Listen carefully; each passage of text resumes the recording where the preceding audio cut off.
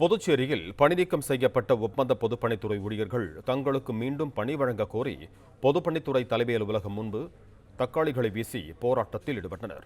இது தொடர்பான கூடுதல் விவரங்களோடு இணைகிறார் எமது செய்தியாளர் சண்முக சுந்தரம். வணக்கம் சண்முக சுந்தரம், உங்களிடம் இருக்கும் தகவல்களை சொல்லுங்க. வணக்கம்.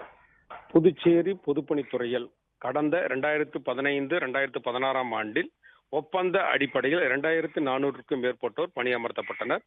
குறிப்பாக 2016 ஆண்டு தேர்தலை ஒட்டி பணி அமர்த்தப்பட்டது செல்லாது என நீதிமன்றம் அவர்களை பணி நீக்கம் செய்ய அறிவுறுத்தியதன் அடிப்படையில் அரசு அவர்கள் பணி நீக்கம் செய்யப்பட்டது.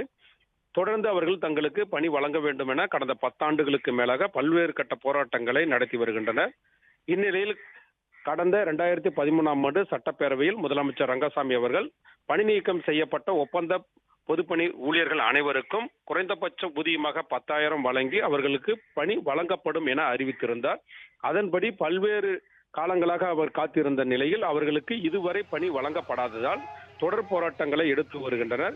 அதன் அடிப்படையில் இன்று புதுச்சேரி தலைமை பொறியாளர் அலுவலகம் முன்பு, பொதுப்பணித்துறை தலைமை அலுவலகம் முன்பு அவர்கள் தங்களுக்கு மீண்டும் பணி வழங்க வேண்டும் என வலியுறுத்தி போராட்டத்தில் ஈடுபட்டிருந்தனர்.